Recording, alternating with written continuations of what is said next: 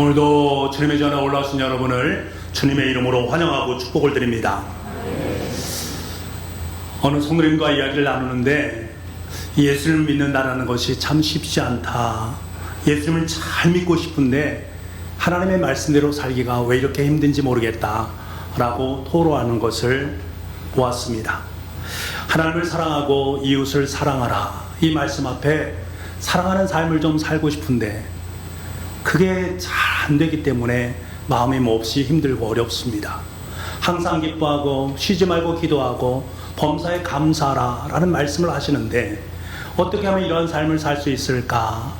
참 어렵고 힘들다 라는 것을 토로합니다. 어쩌면 이런 고민은 너무나도 합당한 고민처럼 여겨집니다. 저도 역시 이런 갈등을 했기 때문에 그렇습니다. 왜 하나님께서 내 인생 속에 이러한 무거운 짐을 주셔서 이 길을 걷게 하실까? 좀 쉽게 걸어가면 얼마나 좋겠는가 하는 생각을 했습니다. 하지만 생각해보면 하나님은 그런 분이 아니십니다. 우리가 예수를 믿고 살아간다는 것은 무슨 고행의 길을 걷는 것도 아니고요, 무슨 도를 닦는 것도 아닙니다. 주님 안에서 누리는 행복과 기쁨과 감사의 삶입니다. 성령 안에서 누리는 참된 감성의 인생입니다. 그런데 왜 우리는 이 하나님의 거룩한 은혜의 말씀 앞에 서면서 그 말씀을 살아내기가 그토록 힘들고 어려운 것일까? 그 이유는 다른 곳에 있는 것이 아니라 우리가 하나님을 정말로 정말 진짜로 사랑하지 못하기 때문입니다. 진짜 내가 사랑하는 사람을 한번 만나보시기 바랍니다. 그러면 내 모든 촉각은 그 사람에게 다 가 있습니다. 그 사람이 말하는 것, 그 사람이 행동하는 것, 그 사람이 나의 삶 속에 요구하는 그것을 내가 기꺼이 감당합니다. 그것도요, 기쁨과 감사로 감당을 합니다. 왜? 내 눈에 콩깍지가 쓰여 있기 때문에 그렇습니다. 여러분, 왜 우리가 주님께서 말씀하신 율법이나 계명을 지키는 것이 그렇게 힘들고 어려운 것일까? 바로 여기에 있습니다. 진정으로 주님을 사랑하는 법을 내가 알지 못하기 때문입니다. 주님을 사랑하게 되면 그분이 하신 말씀, 그분이 나의 삶 속에 부탁하신 것이 염려와 걱정이 될 수가 없습니다. 도리어 감사와 기쁨으로 그 일을 감당할 수 있습니다. 내가 무엇이기에 하나님께서 내 삶 속에 이렇게 말씀을 주시고 이러한 부탁을 하실까, 이러한 사명을 안겨주실까, 너무나 감동을 느끼게 되어 있습니다. 제가 좋아하는 말 중에 유용존 교수님이 하신 말씀, 사랑하면 알게 되고 알게 되면 보이나니 보이는 것은 전과 같지 않으리라. 저는 이 말씀을 너무나 좋아합니다. 여러분, 그렇습니다. 제가 주님을 진짜 사랑해 보니까요, 예전에 제 삶 속에 느꼈던 율법으로서의 주님, 너 이거 지키고 저거 지켜야 된다 라고 말씀하시는 율법으로서의 주님이 아니라 내 삶 속에 참된 하나님의 사랑을 주시는 은혜의 주님을 만나게 되었습니다. 우리를 올가매는 계명으로서의 주님이 아니라 내 삶 속에 참된 자유함을 누릴 수 있도록, 그래서 내 삶이 얼마나 기쁘고 행복한가를 누릴 수 있도록 만들어주시는 그 주님을 만나게 됩니다. 사랑해보니까 내 삶 속에 그것을 깨닫게 되는 것입니다. 사랑해보면 알게 되어 있습니다. 주님의 사랑임이 내가 얼마나 귀한 가치 있는 존재로 세워지게 하는지, 내 인생이 얼마나 복된 인생인지, 그 하나님의 사랑 앞에서 날마다 하나님을 사랑하면서 주님과 동행하는 인생을 살게 됩니다. 그렇게 되면 마치 사랑하는 부모님과 함께 삶을 살아가듯이 내가 하나님의 거룩한 은혜의 말씀, 율법의 말씀, 계명의 말씀이 너무나 자연스러워집니다. 아버지 하나님과 함께 사니까요, 함께 사랑하며 살아가니까 그것이 기쁨과 행복으로 여겨지게 됩니다. 바라고 소망하는 것은 저와 여러분의 삶이 하루하루 아름다운 주님과의 사랑의 교제의 이야기를 써내려갈 수 있는 은총이 있기를 간절히 소망을 합니다. 여러분, 신앙이 무엇입니까? 하나님께서 끝까지 나를 사랑하시는 아버지 되심을 내 일상의 삶을 통해서 느끼고 경험하는 것이 바로 신앙입니다. 우리 일상에 찾아오시고 임재하시는 성령 하나님을 내 삶 속에 기쁨으로 맞이해드리는 것을 의미합니다. 하나님은 때로 눈에 보이는 것들로, 때로는 삶을 뒤엎을 만한 요란한 사건을 통해서 끊임없이 당신의 사랑을 우리에게 보여주십니다. 우리의 여건과 상황 속에서 크든 작든 그 모든 이야기를 하나하나 써내려가면서 내가 너를 이토록 사랑하고 있다라는 것을 우리에게 말씀해 준단 말입니다. 이 사실을 깨달으며 살아가는 것이 바로 신앙입니다. 하지만 요나는 이 사실을 깨닫지 못했습니다. 하나님은 요나에게 자신의 마음을 다 보여주면서 인간이 경험할 수 있는 모든 여건과 상황을 창출하면서 내가 너를 사랑하고 있다, 내가 너를 사랑하고 있어 라는 것을 일깨워주길 원했지만 요나는 이 사실을 깨닫지 못했습니다. 하나님께 친히 요나에게 반복적으로 그 하나님의 사랑을 가르쳐 주십니다. 우리가 요나서를 읽으면서 그 사랑이 얼마나 깊이 있고 얼마나 친밀하게 요나를 향하고 있는지 우리는 읽어낼 수가 있습니다. 요나서 1장 4절 말씀에 여호와께서 큰 바람을 바다 위에 내리심에, 여호와께서 큰 바람을 요나를 위해서 내리셨다. 1장 17절 말씀, 여호와께서 이미 큰 물고기를 예비하사 요나를 삼키게 하셨으므로 하나님께서 큰 물고기를 예비해서 당신의 사랑을 나타내셨습니다. 2장 10절 말씀, 여호와께서 그 물고기에게 말씀하심에 요나를 육지에 토해내라. 요나서 4장 6절 말씀, 하나님 여호와께서 박넝쿨을 예비하사 요나를 가리게 하셨으나, 요나 4장 7절 말씀, 하나님의 벌레를 예비하사 이튿날 새벽에 그 박넝쿨을 갉아먹게 하심에 시드니라. 4장 8절 말씀, 해가 뜰 때에 하나님이 뜨거운 동풍을 예비하셨고. 여러분, 하나님은 요나가 하나님의 마음을 이해할 수 있게 하시기 위해서 계속해서 사랑의 증표를 보여주시면서 그의 인생 속에 개입하시고 말씀하시고 보여주신단 말입니다. 아주 다양한 방법을 통해서 자신의 끊임없는 사랑을 드러내고 계십니다. 하지만 요나는 이 하나님의 온전한 사랑을 깨닫지 못하고 있습니다. 요나도요, 하나님의 말씀을 대언하는 선지자였습니다. 그도 하나님께서 자신을 사랑한다라는 것을 알고 있었고 그도 하나님을 사랑했습니다만 하나님의 사랑의 깊이와 넓이와 높이를 제대로 알지 못했습니다. 반쪽짜리 사랑을 가지고 하나님을 사랑한다라고 생각하고 있는 그의 모습입니다. 그 반쪽짜리 신앙을 가지고 그의 순종은 반쪽짜리 순종일 수밖에 없는 것입니다. 그러니 요나는 하나님을 이해할 수 없는 것들입니다. 왜 도대체 하나님은 니느웨를 용서하시는 것인가?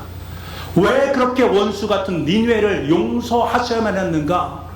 이해할 수 없는 그 하나님 앞에서 그런 화가 치밀어 올랐습니다. 요나는 정말 하나님께서 니느웨 백성들을 용서하실지 어떨지를 보기를 원했습니다. 그래서 떼약볕 아래 앉아서 니느웨 성을 바라보고 있습니다. 초막을 짓긴 짓지만 엉성한 초막을 지음으로 말미암아 태양빛이 그대로 자기에게 비춥니다. 참 괴롭습니다. 바로 그때 하나님께서는 그에게 작은 선물 하나를 주시지요. 그 선물은 우리가 잘 알듯이 박넝쿨입니다. 이 박넝쿨로 요나의 머리에 그늘을 드리워서 괴로움을 면하게 만들어 주십니다. 참 자상하신 하나님의 배려의 마음입니다. 요나는 이 하나님의 작은 선물에 너무나 기뻐합니다. 그런 마음속으로 그럼 그렇지, 하나님 나를 사랑하시지, 이제 하나님께서 내 마음을 조금이나 알아주시는 것이구나, 나를 지켜보고 계시고 하나님께서 살아계셔서 나를 인정해 주시고 나에게 이러한 작은 선물을 주셨구나, 참 고맙구나 하는 마음을 품게 되었을 것입니다. 그의 마음은 참 평안함이 다가옵니다. 그런데 어찌된 일입니까? 아침에 일어나 보니 밤새 벌레 한 마리를 보내주셔서 그 박넝쿨을 다 갉아먹게 만듭니다. 그리고 해가 뜰 때 하나님은 동편 뜨거운 동풍을 예비를 하시고 요나의 머리 위에 햇빛을 내리쬐음으로 말미암아 그의 정신을 혼미하게 만듭니다. 그러니까 그의 마음속에 또다시 분노가 일어나기 시작합니다. 하나님을 향해서 화를 내고 분노하는 그의 모습을 우리는 보게 됩니다. 지금요, 요나는 하나님을 생각하고 있습니다. 그런데 하나님은 불평의 대상, 분노의 대상 정도로만 이해하고 있습니다. 여러분, 요나의 불평의 내용을 한번 보시기 바랍니다. 얼마나 어처구니 없는 불평인가. 8절 말씀 우리 같이 한번 읽어보겠습니다. 8절입니다. 시작. 해가 뜰 때에 하나님이 뜨거운 동풍을 예비하셨고 해는 요나의 머리에 쪼임에 요나가 혼미하여 스스로 죽기를 구하여 이르되 사는 것보다 죽는 것이 내게 나으니라 하니라. 요나는 지금 하나님께 뭐라고 말합니까? 차라리 날 죽여주십시오. 사는 것보다 죽는 것이 더 낫습니다 라고 하나님께 대들고 있습니다. 지금 요나의 머릿속에는 이런 생각을 갖고 있습니다. 하나님, 제가 박너풀 같은 소소한 기쁨을 누리는 것도 하나님 기뻐하지 않는 것입니까? 제가 누구입니까? 하나님 너무한 것 아닙니까? 제가 하나님 앞에 이 정도밖에 안 됩니까? 내가 그동안 하나님의 말씀 앞에 얼마나 순종하고 얼마나 귀한 삶을 살았습니까? 아시지 않습니까? 사랑의 하나님, 은혜의 하나님이시면서 제가 조금이나마 기뻐했던 그 박넝쿨을 이렇게 시들게 만들었으니 이게 말이나 되는 것입니까?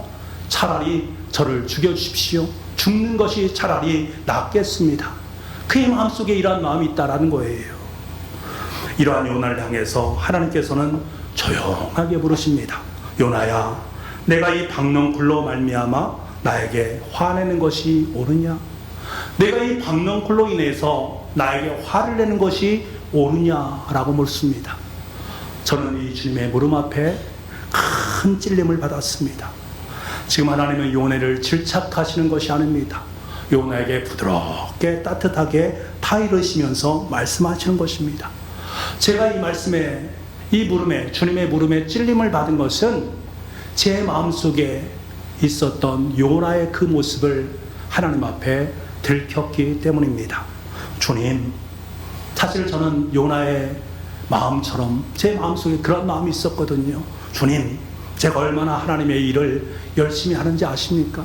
새벽부터 시작해서 우리 성도를 위해서 기도하고 새벽부터 시작해서 하나님의 사역을 시작하는 것 하나님 아시지 않습니까? 그래서 하나님께서 저에게 이 박넝쿨을 허락해 주셨군요. 주님 감사합니다. 그러한 마음을 품을 때가 있었습니다. 그런데 하나님께서는 보기 좋게 내 인생 속에 들이온 그 박넝쿨을 벌레를 보내셔서 그것을 시들게 만들어 버립니다. 그때마다 저는 하나님 정말 왜 이러신 것입니까? 이러면 안 되지 않습니까? 저는 하나님의 종이지 않습니까? 하나님의 사역을 감당하고 있지 않습니까? 저에게만은 그러시면 안 됩니다. 왜 이 사람들을 나에게 보내서 큰 고통 가운데 거하게 만드시는 것입니까? 제가 뭘 잘못했습니까? 도대체 모르겠습니다. 왜 하나님 저에게 이런 일들을 행하시는 것입니까? 라고 생각했습니다. 하나님 앞에 투덜거리고 있는, 그리고 분노감에 사로잡혀 있는 저의 모습, 요나의 모습과 별반 다르지 않았습니다. 다만 저는 이것을 밖으로 드러내지 않고 마음속으로 삭혔을 뿐입니다. 그런데 하나님께서 저에게 요나에게 하셨던 물음, 요나야, 내가 이 박넝쿨로 말미암아 내가 나에게 화를 내는 것이 합당하냐? 모르냐? 이 동일한 질문을 저에게 질문하십니다. 재환아, 내가 이 박넝쿨로 말미암아 나에게 화를 내는 것이 옳으냐? 이 박넝쿨로 말미암아 정말 나에게 화를 내는 것이 옳으냐? 라고 말씀하시는 주님의 은혜 앞에 큰 찔림을 받게 됩니다. 근데 더 충격적인 것은 하나님의 이 부름 앞에 요나는 뭐라고 대답합니까?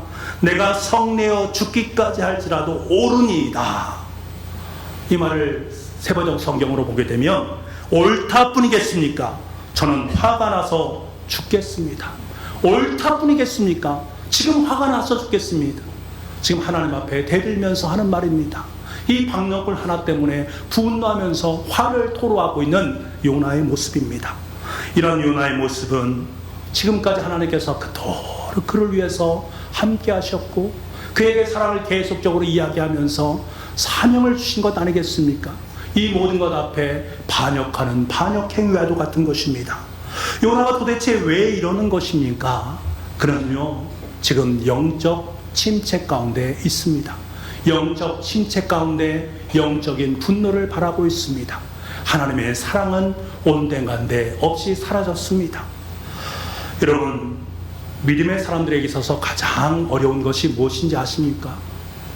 우리가 신앙생활하면, 내가 믿음의 사람의 삶을 살아가면 하나님이 나에게 주신 비전이 있고 그 비전을 아름답게 이루는 사명이 있습니다. 우리는 그 비전과 사명 앞에 최선을 다하며 살아가고 있는 믿음의 사람이란 말입니다.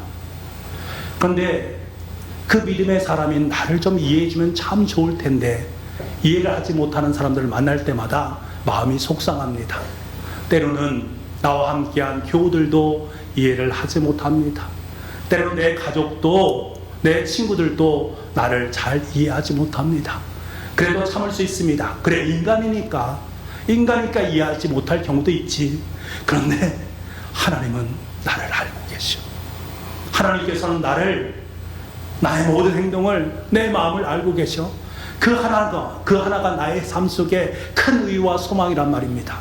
그는 어떨 때 믿음의 사람들이 큰 실망하고 실족하고 영적으로 침체 가운데 있는지 아십니까? 그 하나님이 보이지 않는 거예요. 다른 사람은 다 몰라도 하나님은 좀 나를 알아주면 좋을 터인데 그 하나님조차도 아무런 응답을 해주지 않습니다. 아무런 대답을 해주지 않습니다. 하나님께서 나를 향해서 침묵하시는 것처럼 여겨질 그때에 우리는 영적인 침체에 빠질 수밖에 없고 영적으로 분노할 수밖에 없는 것입니다. 혹시 여러분에게 이런 영적인 침체와 영적인 분노 가운데 휩싸여 있는 분이 계십니까? 지금 요나처럼 하나님의 일하심을 이해할 수 없고 내 생각과 너무나 다른 하나님의 사인으로 말미암아서 너무나 마음이 아픈 분이 계십니까? 그래서 하나님을 향해서 속으로 옳다 뿐이겠습니까? 제가 화를 낸 것은 너무나 당연합니다. 하나님 앞에 대들고 있는 우리의 모습은 없느냐 말입니다. 충분히 그럴 수 있습니다. 하나님의 사랑이 느껴지지 않으니 하나님께서 내 삶 속에 조그만 선물인 박농굴조차 앗아가고 있는 그 모습을 바라보면서 너무나 마음이 속상하기 때문에 하나님을 향해서 분을 발할 수도 있습니다. 하지만 여러분, 이것이 전부가 돼서는 안 됩니다. 이것에서 멈춰서면 안 됩니다. 하나님께서 마지막 순간까지 요나의 마음을 움직이시려고 하고 있는 그 하나님의 사랑을 우리는 만날 수 있어야 됩니다. 마지막까지 우리를 위해서 십자가에 못 박혀 죽으심으로 말미암아 내가 너를 사랑하고 있다, 내가 너를 죽도록 사랑하고 있다, 끝까지 너를 사랑할 거야 라고 말씀하시는 그 주님의 사랑의 확증 앞에 우리는 설 수 있는 은혜가 있어야 됩니다. 요나는 하나님에 의해서 설득당해줘야 됩니다.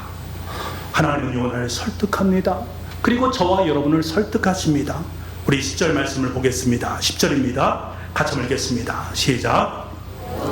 이르시되 내가 수고도 아니하였고 재배도 아니하였고 하룻밤에 났다가 하룻밤에 말라버린 이 박넝쿨을 아꼈거든. 하나님은 지금 요나에게 내가 이 박넝쿨이 자라는 데 있어서 네가 한 것이 하나가 있느냐? 네가 이 박넝쿨을 자라는 데 있어서 내가 애쓰고 수고한 그 하나라도 그곳에 있느냐? 그저 하룻밤에 났다가 하룻밤에 시든 이 박넝쿨을 내가 그토록 아끼고 좋아하고 사랑했거늘 이라고 말씀하시는 것입니다. 그때 요나는 뭐라고 생각했겠습니까? 그렇지 하나님, 제가 한 것은 아무것도 없습니다. 저는 이 박넝쿨을 너무나 아꼈습니다. 하나님께 주신 작은 선물인데 제가 어찌 아끼지 않을 수 있겠습니까? 제가 열심히 해서 하나님께 저에게 보답하신 그 선물 제 마음속에 잘 간직하고 있습니다. 감사합니다. 그 마음을 품었습니다. 그러자 하나님께서 진지하게 말씀하십니다.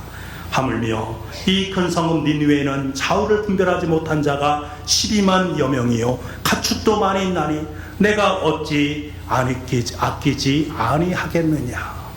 여러분, 이 말씀 무슨 뜻입니까? 요나야, 내가 하룻밤에 났다가 하룻밤에 사라지는 그 박넝쿨을 그토록 아끼지 않았느냐? 나도 마찬가지란다. 내가 그토록 멸망하기로 원했던 니느웨 백성들 12만여 명이다.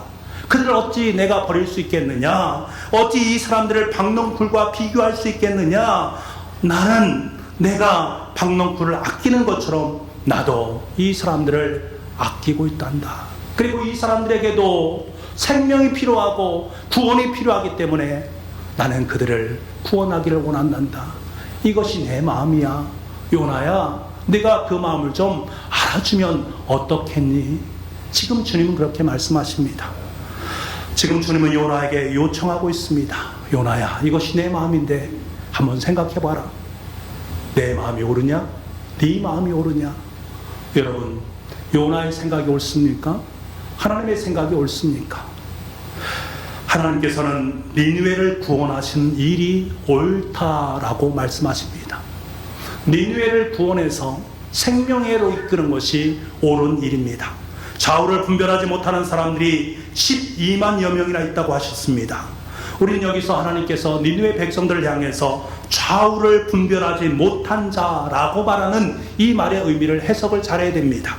좌우를 분별하지 못한다라는 것은 하나님의 법을 따르지 아니하고 좌와 우로 치우치면서 살아가는 사람들입니다. 각자의 소견이 옳은 대로 살아가는 사람들입니다. 다시 말하면 이 땅에 있는, 이 땅의 삶을 살아가는 모든 사람들을 의미하는 말입니다. 그리고 끝까지 자기의 생각을 굽히지 아니하고 내 생각이 옳습니다 라고 말하고 있는 요나와 바로 저와 여러분도 포함되어 있다는 사실입니다. 여러분, 하나님께서는 좌우를 분별하지 못하는 사람들에게 회개를 선포하시고 그들이 돌아오시기를 원하십니다. 하나님의 이 땅에 살고 있는 온 인류가 하나님의 구원의 바늘에 아름답게 서기를 원하시고 계십니다. 그래서 한 영혼 한 영혼에게 관심을 가지고 계신 것입니다.